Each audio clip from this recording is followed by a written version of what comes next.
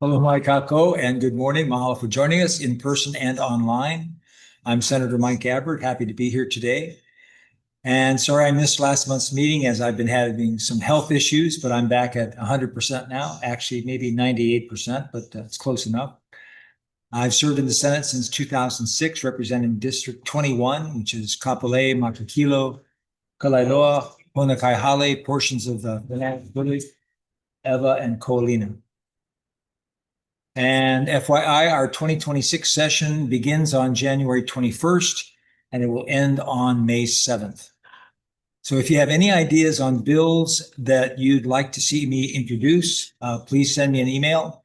It doesn't have to be fully fleshed out. It can just be an idea or a concept. That's fine, and we'll work with you on that. And some quick housekeeping. We start these meetings monthly, promptly at 9, and end up promptly at 10. So if I don't address any of your concerns or issues during that time, just please contact my office. So for today's tech stuff, my community liaison is Melanie June, and she's running the slideshow, and my office manager is in the back, Meg Turner. She's handling the Zoom. Today's focus is a special community effort, bringing the wall that heals to UH West Oʻahu in 2026. Our guest speakers are Sue Bauer and Eddie Freeman, co-chairs of the Wall That Heals Oʻahu 2026.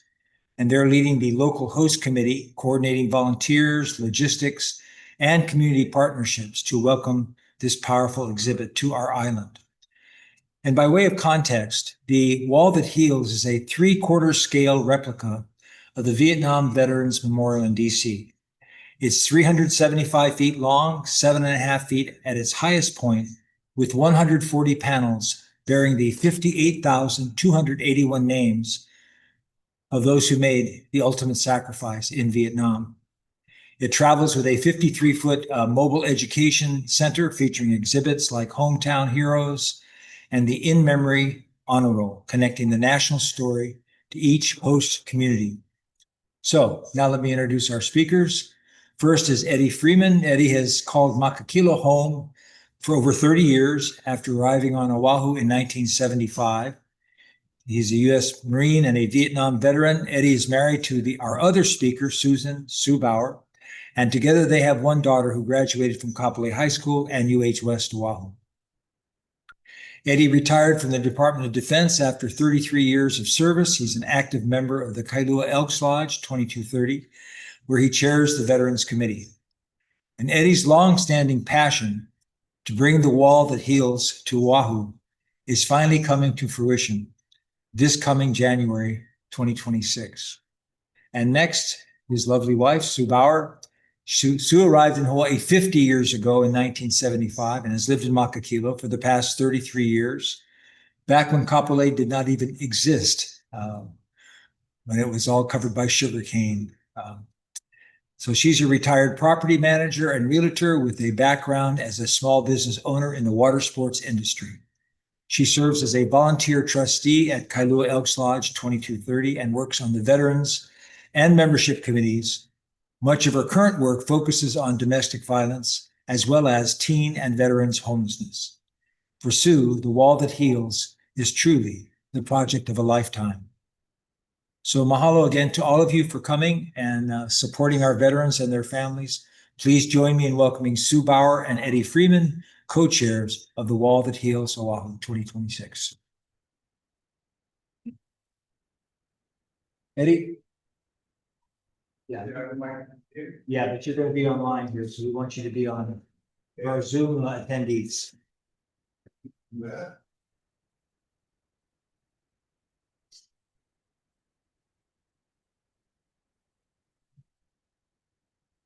All right, good morning. Thank you, Senator, for having us speak this morning. We're very excited about this project that's coming up.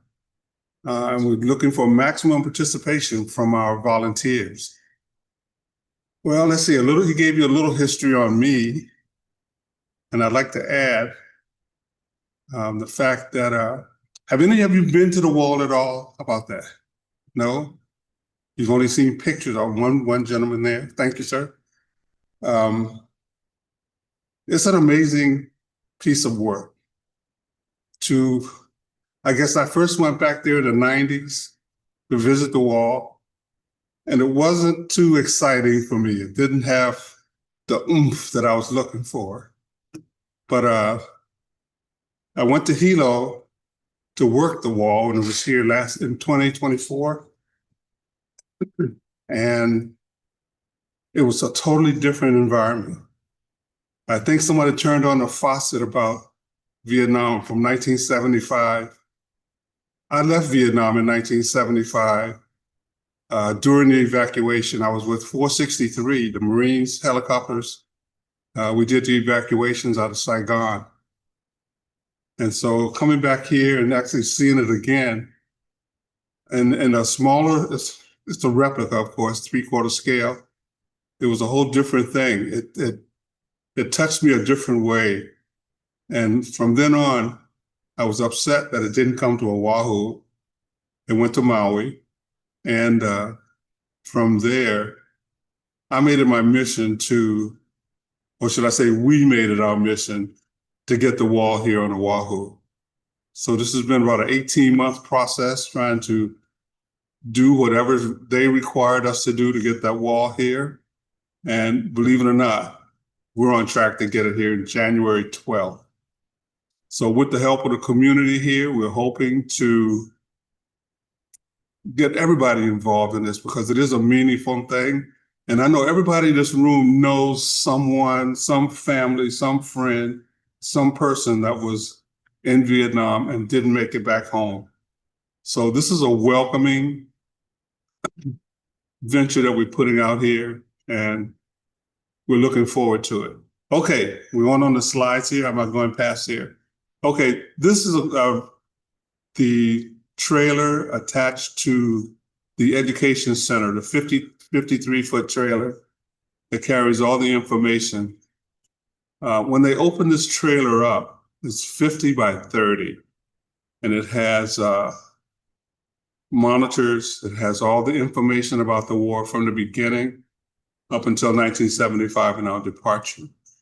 It also carries things that's been left at the wall at most places. And believe it or not, we'll get to keep all those mementos, or should I say the university will keep all those mementos at the Veterans Center that they have there. I'm going to pass this on to Susan for the next slide here. Oh, She needs to be closer to you. okay, we need to be smushy. Okay. Oh, there we are. Okay.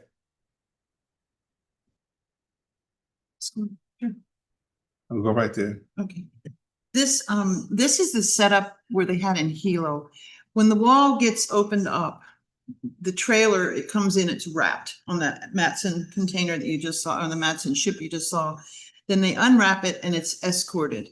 That's going to be a big event. I mean, we're going to keep you abreast of everything that's going on, but the escort actually, in our case, because it's coming in 2 weeks before our event, we have to have it escorted to, it's going to be stored at the Memorial Park, Ke'ehi Memorial Park at Lagoon Drive for that time period. But we expect about 300 to 400 motorcycles as part of this escort, and it will leave Ke'ehi Lagoon and it will travel all the way through, oh, sorry, I keep forgetting. Sorry. It'll travel through down Cam Highway, through areas of Pearl City, through Waipahu, over here to Kapolei, and we hope to get the schools. The whole idea of it is you get the schools out there waving flags and welcoming it home. And in Hilo, this was the end of the escort where they were taking it into their park. Okay, next slide. Now, when the container gets to West Oahu, the campus over there, the Great Lawn, it's got to be put together. So this is how it comes apart. Is the panels come off. There's 140 panels, to be honest with you. So they'll take these panels off the trailer, and they will put them up in position the way that it is down at the real wall, you know, with the same positioning. So we're going to need manpower, probably 60, 75 people to put this wall together. We're starting to get people volunteering, or should I say they're asking to carry the panel that has their loved one's name on it. So we will have people escorting this panel from the trailer to the setup, and they will carry that panel with the name on that panel. Okay, next panel. The panels are made of composite granite. Right. Oh. Okay. Okay. Oh, There you are. here we are with the container. After it's open, it has a big cover over it, and the wall is ready for the visitors to come by and learn the history of the Vietnam War. So you walk through both sides of this trailer, and there will be someone there speaking about the whole panel as it goes along, telling you about the different years, what was going on the mainland, what was going on in Vietnam at the same time. So the history of the wall is, this is mandatory that you go here. You have to know the history. Next slide. For that wall also, we have groups. I mean, we'll be hopefully getting groups from the schools. We're running kind of late because they're delaying things a little bit, but that'll work through. But we're going to anybody can organize a group, and we have a private tour that will take you all the way through. Right. So we'll have school groups and community groups and Girl Scouts and Boy Scouts, and anybody that has a group that they're a part of. You can bring a group of you and we'll have a private tour. Oh, this is Susan and I standing in front of the wall. We did work the wall. Twice. See how 2 times. And what a situation, what a beautiful situation it turned out to be. The weather was great in Hilo, of all places. It did not rain in Hilo. Coconut trees in the background. Full coconut trees in the day after background. the wall left, they got flooded. Yeah. On the same. No So- PRVs in the coconut trees eating. No. Not in Hilo. That was one. No, but it was a fantastic event. And like I said, for me, it was a moment of reckoning to realize that I'm a part of that, and I had no idea I can't say I had no idea, but I didn't look at it that way as being a part of it until after the Hilo adventure. Okay. Again, after the wall is assembled, Go ahead. after the wall is assembled and we take tours, of course, we get school groups there and they can walk and read and listen to the story of the Vietnam War and ask their questions and whatever. Now, we are going to visit these schools before this event happens so that they can probably add this into some of their school criteria about the war, curriculum, sorry. Yeah. So that they can get an idea of exactly what's going on and why this represents a big event in American history, a big part of it. Okay, next one. I was going to say the organization actually provides a curriculum for the schools to follow. And we'll see how it works out as far as the younger kids, because I'm not sure. I think younger kids should come with their parents more likely. But from the 5th grade and up, there's actually curriculum they've prepared for them. Oh, Go ahead. I was going to say one thing that's at the wall also. You see things like this where, there's some facts there that you have no idea how many brothers were there in the war, how many fathers, sons, how many chaplains were there. It lists every single facet of what was going on. And so you can see exactly the numbers. They show you by percentage of how many Navy guys, how many Army, Coast Guard, everybody. It's a very serious education when you walk by this wall. You won't be disappointed, that's for sure. You can go to the next slide. I noticed, Eddie, there was a 15-year-old. Yes, Yeah, he was the youngest. He got in. He was a Marine. He got in, and I think he lasted, I want to say 30 days in Vietnam before they never caught the fact. That he was underage. Yes. And the horrible part about that whole thing was they would not allow him to be buried in a national cemetery because he illegally entered the Marine Corps and all that good stuff.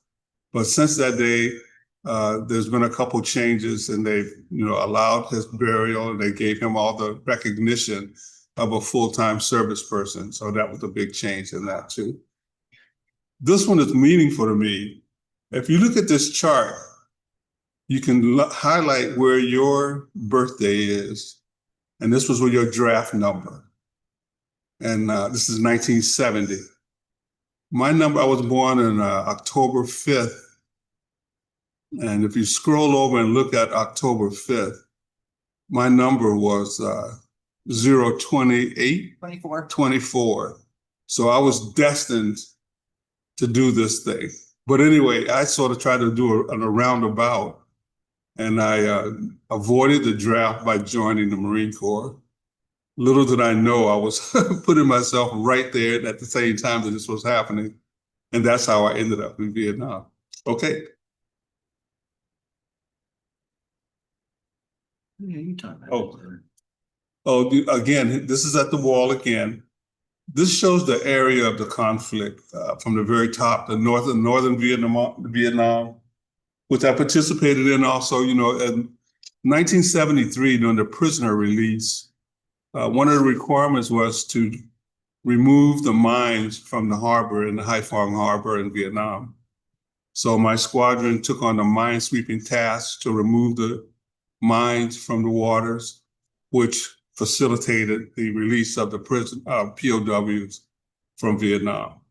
And then, of course, we traveled down south, and we ended up doing the evacuation down in the south part down there as well. But that was 18 months to 2 years later that all happened. Okay. I don't know what's next. Oh, okay. Oh, go ahead. Yeah. Another one. No, this is Harley Davidson that was assembled by another Marine for a Marine that was killed in Vietnam.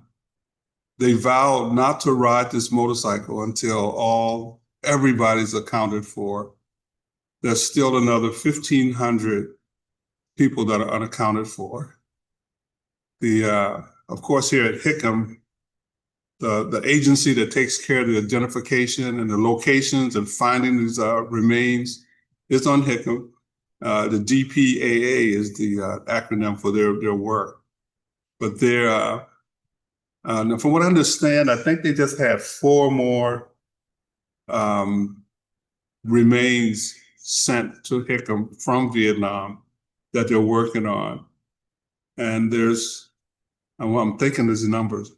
There's 14 that's been identified that were unidentified before. And next year, those names will be released. But they are changing. There's a symbol at the end of all the names if you look when you're looking at them on the wall. At this point, it's a cross. That cross represents that their remains have not been recovered and they have not been identified. The 14 people that they have identified this past year, they will convert that cross to a diamond, and that will notify that they have been recovered, have been returned, and they'll do that. That'll be next year. Those 14 people will be formally recognized as being recovered. So that's the story on the motorcycle. They will ride it when 1,500 more people are identified. I want to add one more thing. When you're looking at this education center, there's 2 different displays that are particularly significant. Yeah. And we'll share more about that later. But one of them is a running slideshow that shows all of the people from Hawaii, and it just rotates them through the entire time. And then there's a second one that is the Agent Orange, those that were affected by Agent Orange. It's a whole separate program that we'll talk about. But that's just one more of the things that are in this education center. It's like showcases all the way around both sides. And for those of you that don't know, there's 58,281 names on the wall. And out of those 276 families from Hawaii, their names are on that wall also. We have one person here, Billy Gabriel is her name. Her brother was the first Hawaiian killed in Vietnam in 1966. You can read about his story. I mean, it's published all in the New York Times and all that stuff. Okay, we can move on.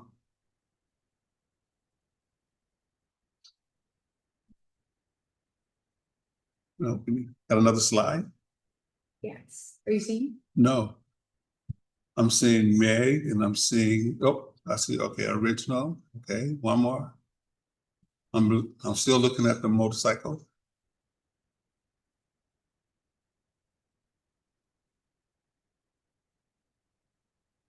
I don't know, we're hung up on the motorcycle here. Hey. Good.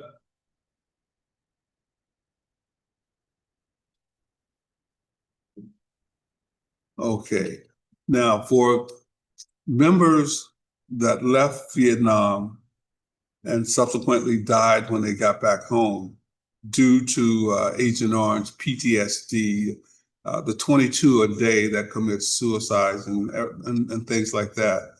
There is a memory wall established also. So we want to bring recognition to that. There is a form you can fill out and have your loved one added to that memory. You know, you have a picture as well as a short bio, and that person will be added to the memory wall. And that will be in, it's in March or April or May. The formal induction. Yeah, the formal induction in Washington, D.C. as they're added to the in-wall memory. Okay.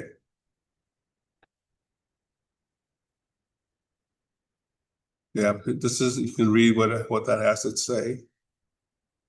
So that's. We'll talk a little bit about ceremonies that we'll be doing, and one of them will be this in-memory ceremony. Right. But this is also a running slideshow through in that education center time. Okay.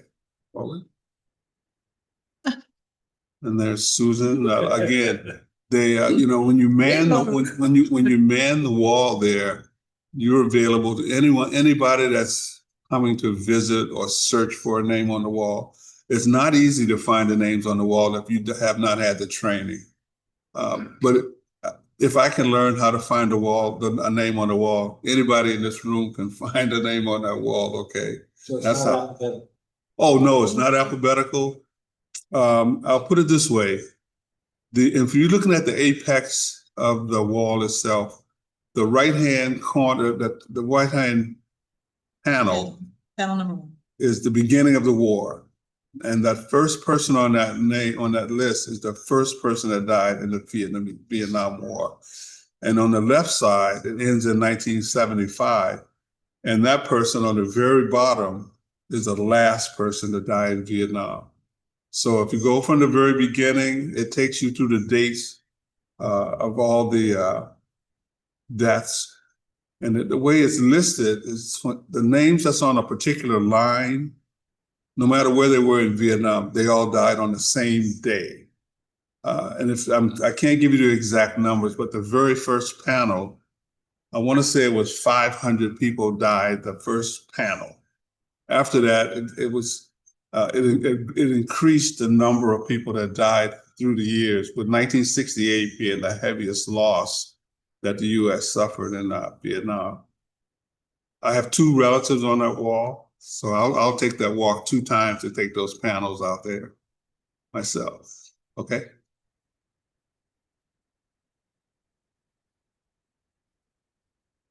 This is one of the site managers. This is Kathy Miller. She'll be here. And again, she goes through this panel that's on the wall. You can see behind us all the things that were happening during that particular time frame where they have it all blocked off. You can move on.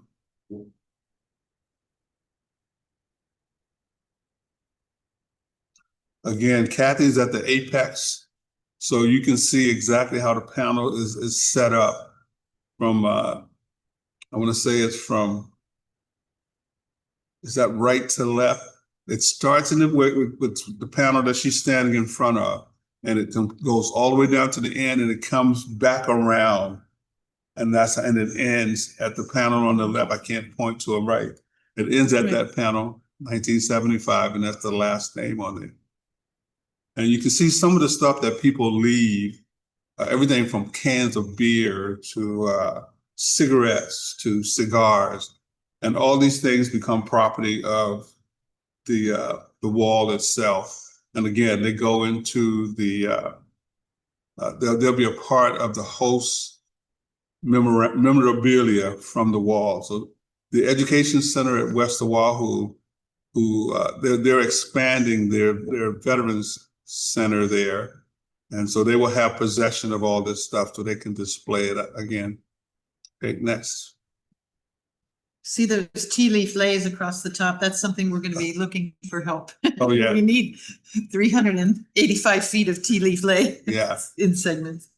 If you look here, I'm pointing to this is my first cousin that's on the wall, the one. I'm pointing to his name. There you can get actually rubbings of the particular name of that person. Again, you have to actually locate the name and all that good stuff, but I did find it. Like I said, if I could find it, anybody else can find them. They can go on. At our information booth, they'll have directories that by name, but there's a lot of people in the US with the same name, sorry. And, but it's also going to be an app online, and then there's going to be a QR code as well, that even on site, you can look up a person and try to find it for you. Okay.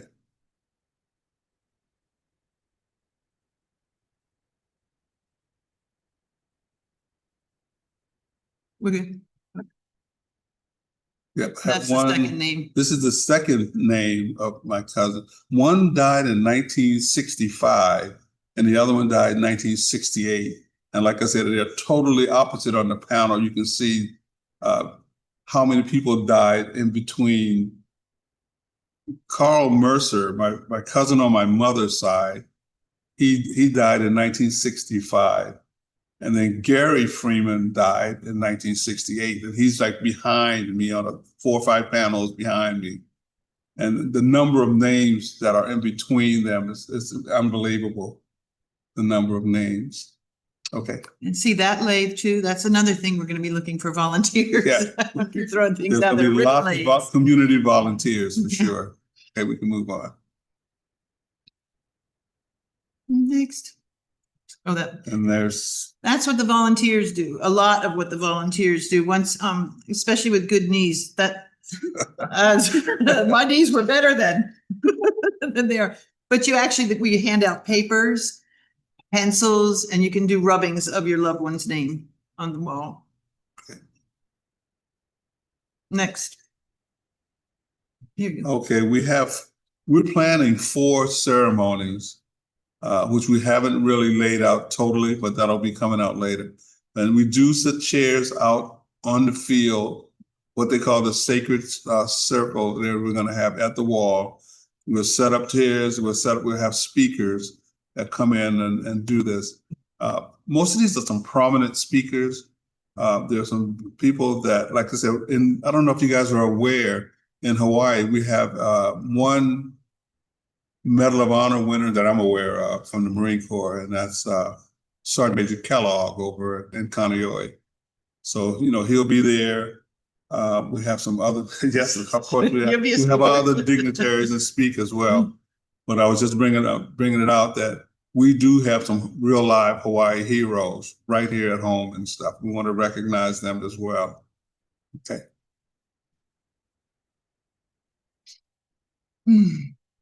Yeah, we have the Hawaii Guard, but unfortunately, they won't be with us in January. But don't be disappointed, because we're going to take care of that space too. We do have that taken care of. They're temporarily disbanded and reorganizing. Right. Okay. Next. With this picture, you can see that the total expanse of the wall. This is in Maui and Wailuku, to be honest with you. So they didn't have quite the turnout that we expect here on Oahu, but you can see the number of people that goes from end to end as they're calling out the hometown heroes, the people that died here, the 276 names. We're probably going to try to limit that to just the Oahu names and not all the other islands. But I do have a list of every single person, where they went to high school, what year they graduated high school, and what branch of service they were in. Okay. And of course, every ceremony ends with taps. And we had the Boy Scouts out there, and he blew his heart out, and he did a great job with taps. Okay.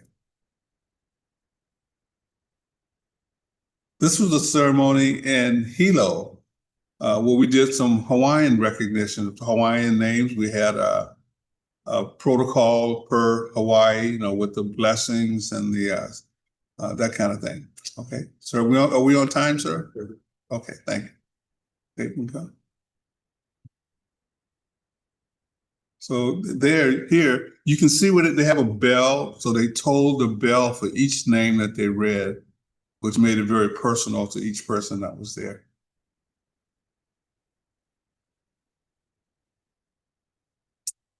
I love photography, and I got my fill taking pictures at the wall in Hilo for sure.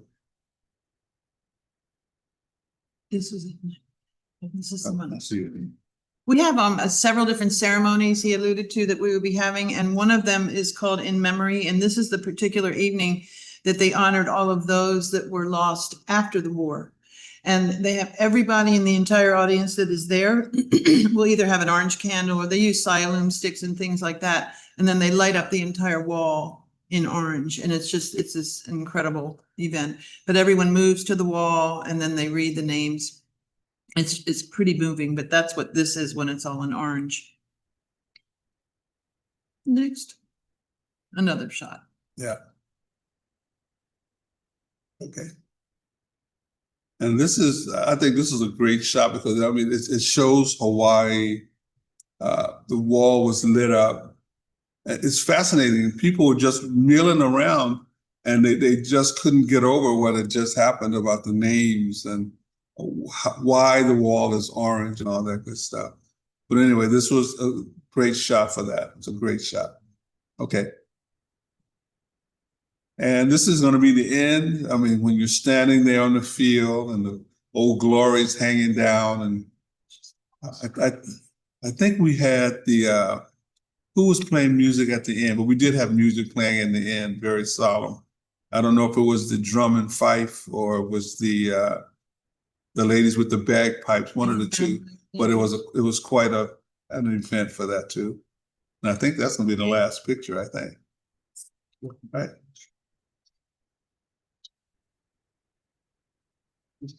Nope.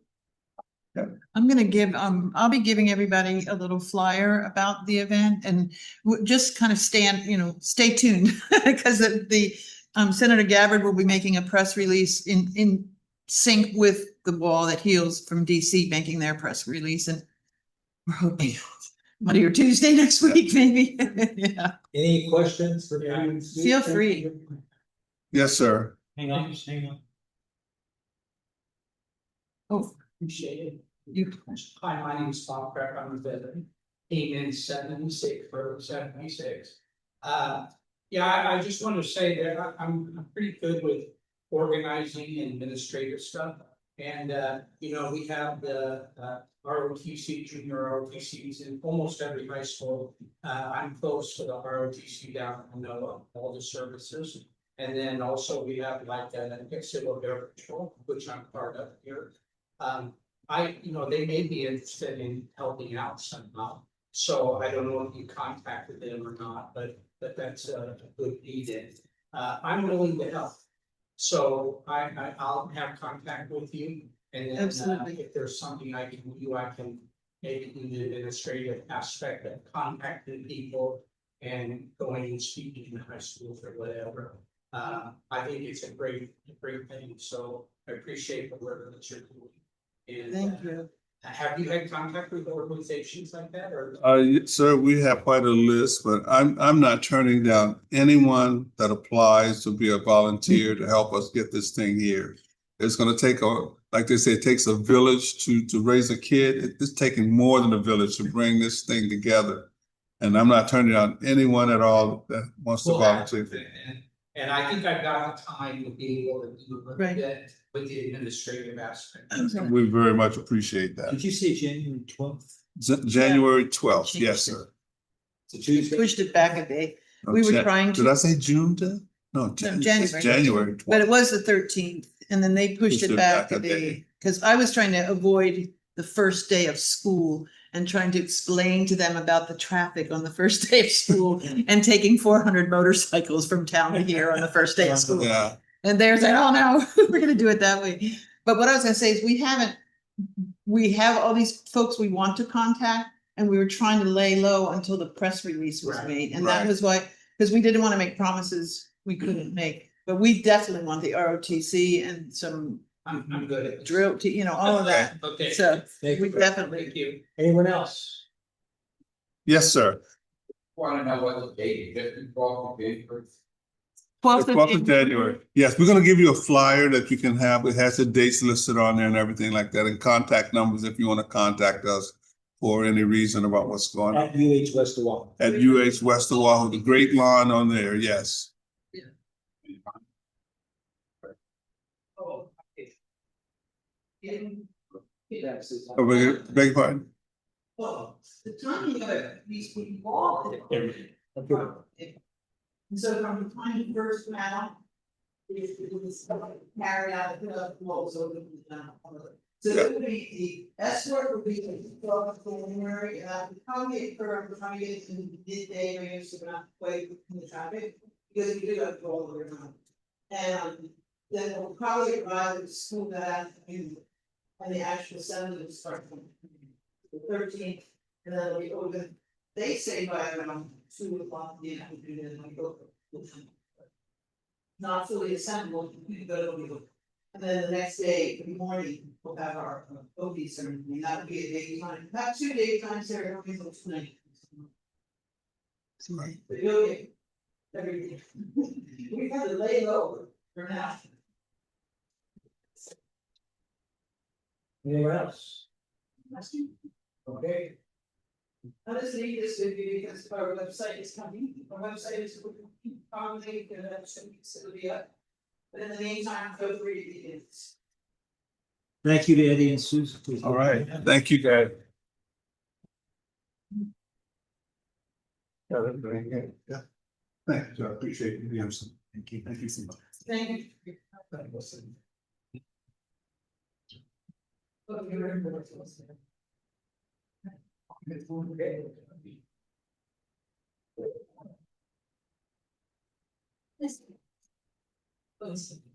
thank you.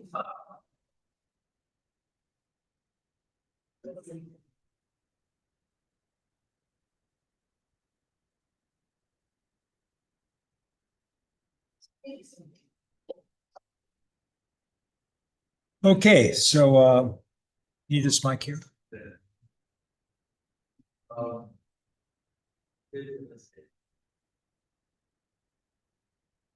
Okay, a few before I open it up to your issues and concerns, a few community updates, a couple actually.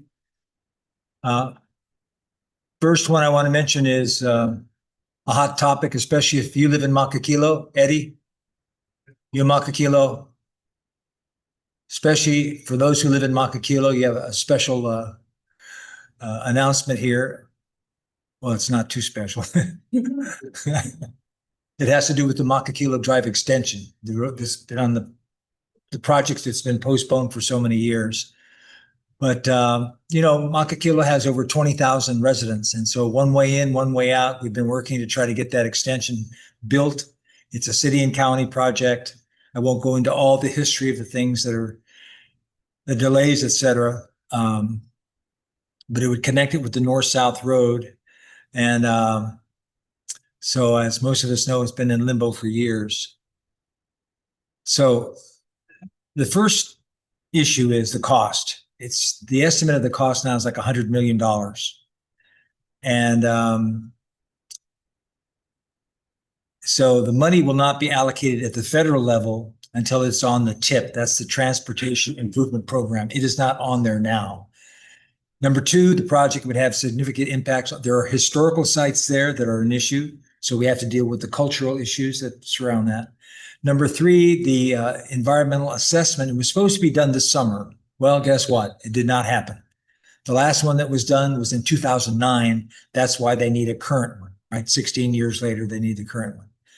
So in the meantime, last month on August 25th, Representatives Diamond Garcia and Darius Keela, who's the head of the House Transportation Committee, he's the chairman, and also Councilmember Andrea Topolo and myself, we did a tour of Grace Pacific Makakilo Quarry to look at a simple life-saving idea, a gated emergency only way out of Makakilo.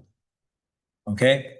And so they took us on the tour and in plain terms, from the top of here it is, from the top of Makakilo, it's near Pueonani Street. There's a private quarry road that drops down all the way to Kualakai Parkway, okay, and H1. So in a declared emergency, whether it's a wildfire, major crash, landslide, the first responders, they can unlock the gates and run a one-way downhill exit to H1.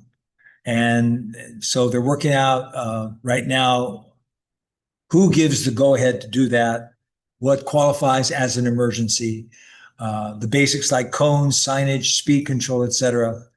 And so to make that legal, the city's Department of Emergency Management, they sent out a MOU, a memorandum of understanding, and it spells out when the road opens and who's responsible. And so part of that responsibility, there are 4 landowners that need to sign on. 2 are private owners, which we tried to find out who they are. They won't tell us. And the other 2 are UH West Oʻahu and the Department of Transportation. And so based on that, the route would be able to be activated quickly and safely when called for. So there's no deadline, we asked, for the signatures to report, and the partners are working through the details to get it right. So once those signatures are in, then the agreement is in place, then we'll be able to let everyone know when that emergency road will be accessible for everyone. So we are on this, by the way, big time, and we are making sure that they're not falling asleep on this one, because we know how important it is to get this emergency road in play. Okay.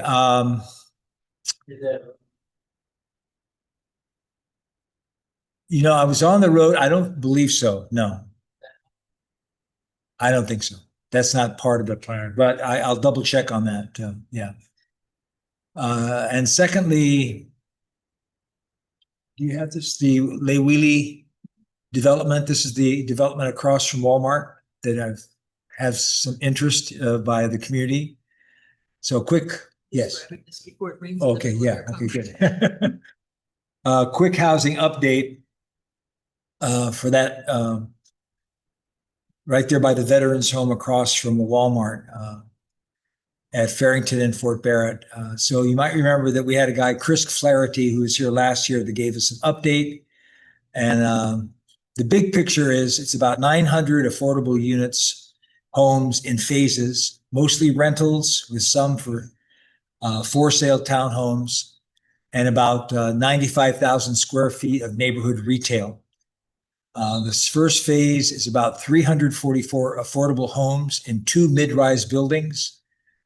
And from the developers, the latest is that phase 1 is pending a financing award from the HHFDC. That's the Hawaii Housing Finance and Development Corporation. And they expect to hear by the end of this month, the end of the 3rd quarter, and the project depends on that funding in order to move forward. If the financing comes through, the timeline looks like this: the permitting, spring of 2027, construction starting in mid-27, completion late 28, and move-in starting in early 29. Is it a done deal? It's not a done deal yet. The HHFDC, they're granted exemptions from in late 2024. But pre-construction work is still in progress, so funding permits aren't finalized and no construction start is set. Okay, so that's the community updates for this this month. And if you have any questions, now is your time. Do you have the microphone ready?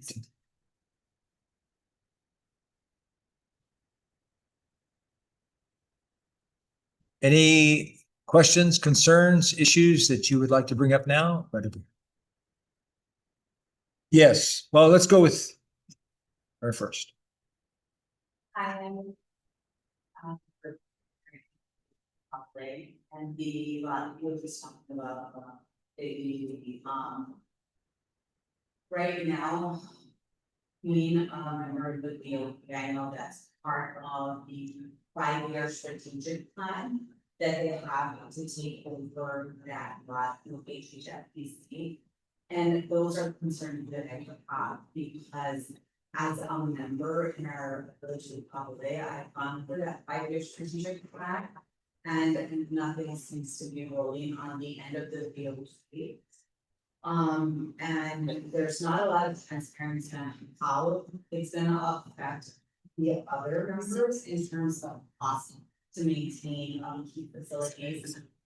And that's basically my concerns here is the 5-year strategic plan and HHFTC's role in it and how we are going to assume doing it down the road.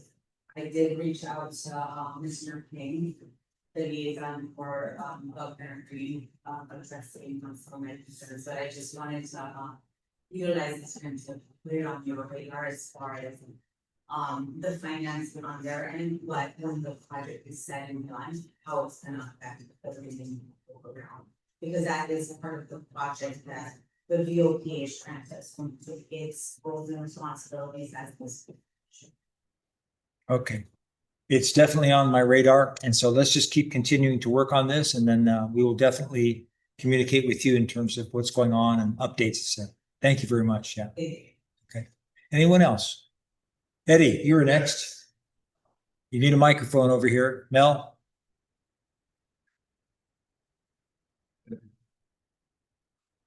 Oh, by the way, the microphone is for the online, so you're gonna have to speak up for everybody that's here. Is that right?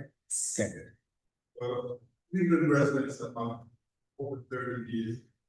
We've heard this conversation before about the road being out of what makes this any different? Like I said, we've heard this, it's always been a question about the pay for. We don't have this funding, we didn't put it in the plan. What's different this time? Well, the difference is that, quite frankly, it doesn't look like it's going to be moving anytime soon until it gets back on the, you want to speak to this? You have some information? Yeah. But until it gets back on the tip, it's not going to happen anytime soon. And I'm hearing that from different sources.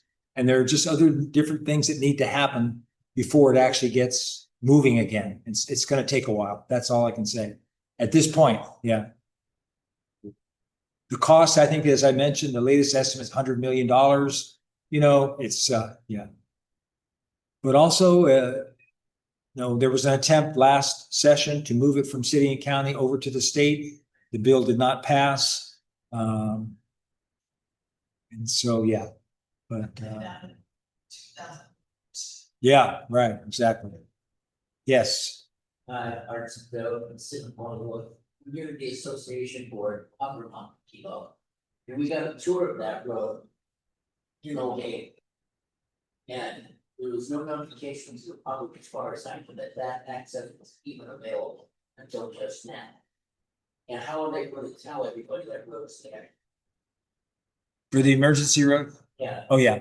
As soon as all the, the other two signees, signatories get on, then there will be, you will know.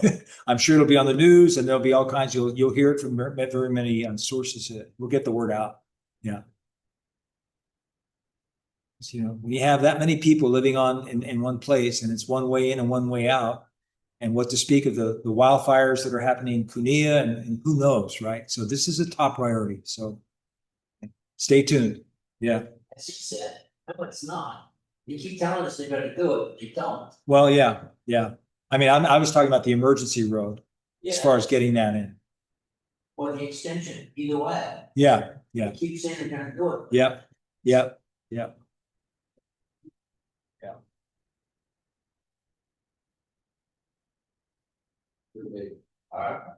President also in your 88 of Vermont, and I'm so like to get to have my correspondence with you, if you have any more update for issue of what we're gonna do.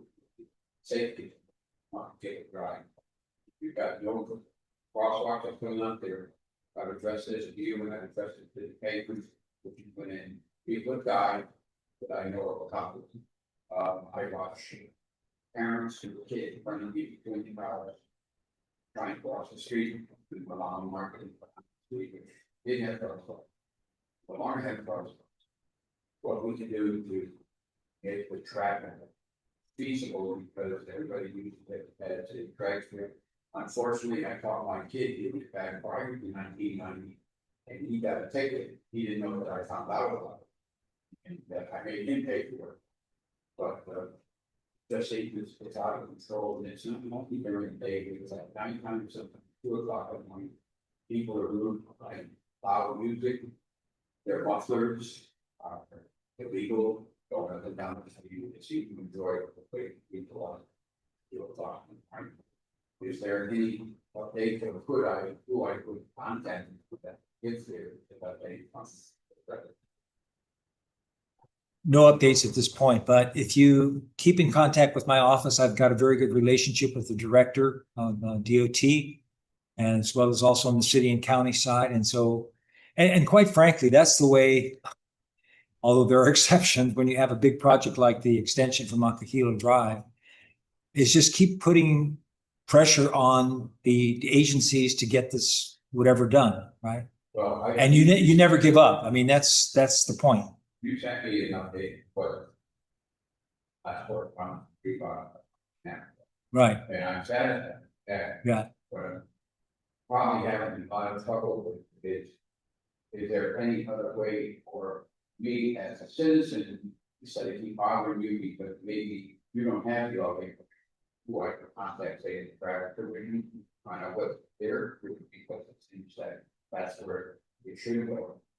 I'd like to see more presence of police officers on the roads, pinching people for doing. I think that's the way to do it. We could do it where you start. They see that the crisis is not who to police officer, but actually somebody being cited. The word is out. So then, Yeah. I've seen it with other cities, mainland, and I think that is the way to go, which is probably the cheapest way. Once the police officers word is out. You go down Kapolei Parkway at 25 miles an hour, you go big, you start doing 35 miles in freeway. Nobody does 25. Sideway. And that seems to be the best thing, because we work it out, either do the speed limit, pay across. Yeah. Yeah, well, it doesn't hurt to reach out to the mayor and also the HPD, to the chief, as many as you can. Well, that's what I mean. I have no objection for B to contact these people one-on-one to say, you gotta do something about it. Right. I can't expect our politicians to make quick decisions, because you got more than just me and one street. But we do have traffic, as I've been told,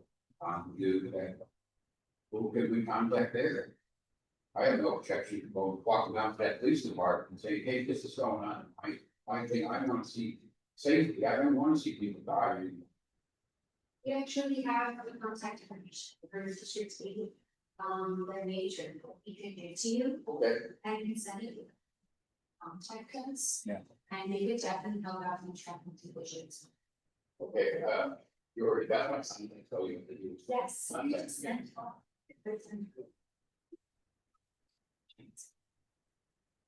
Okay. Arson?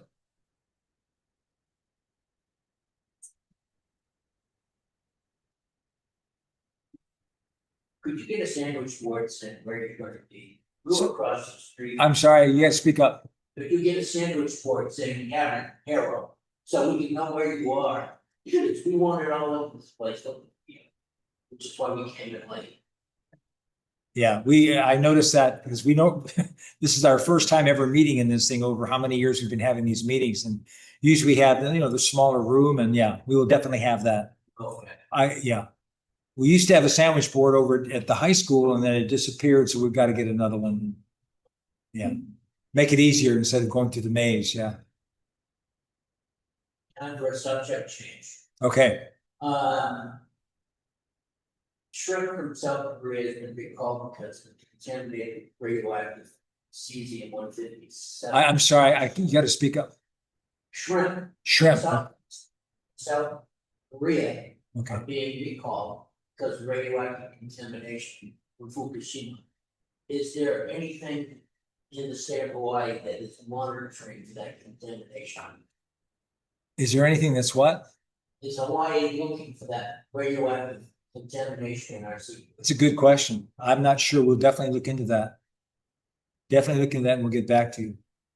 I did see a news piece about that, but yeah. All right, Susan? Yes, here, then, people drive I was wondering what is the possibility of just the speed bumps, the humps? Because I mean, if you can slow people down, because people are flying up the hill too, it's not, and it's just, down and you throw the gas and now, but I was just thinking about the speed bumps, because I know that it's really slowing traffic down on Needle River. This we travel that out as well, and it used to have speed bumps, and now it seems like every cars are still regard are stopping for the speed. But I was just thinking of that as a possible solution, or we definitely crosswalks, I'm sure, but I was just wondering what that's a DOT. Definitely a possibility. Let me check with DOT and just see if that has been, So. Yeah. yeah. Okay, anyone else? Yes.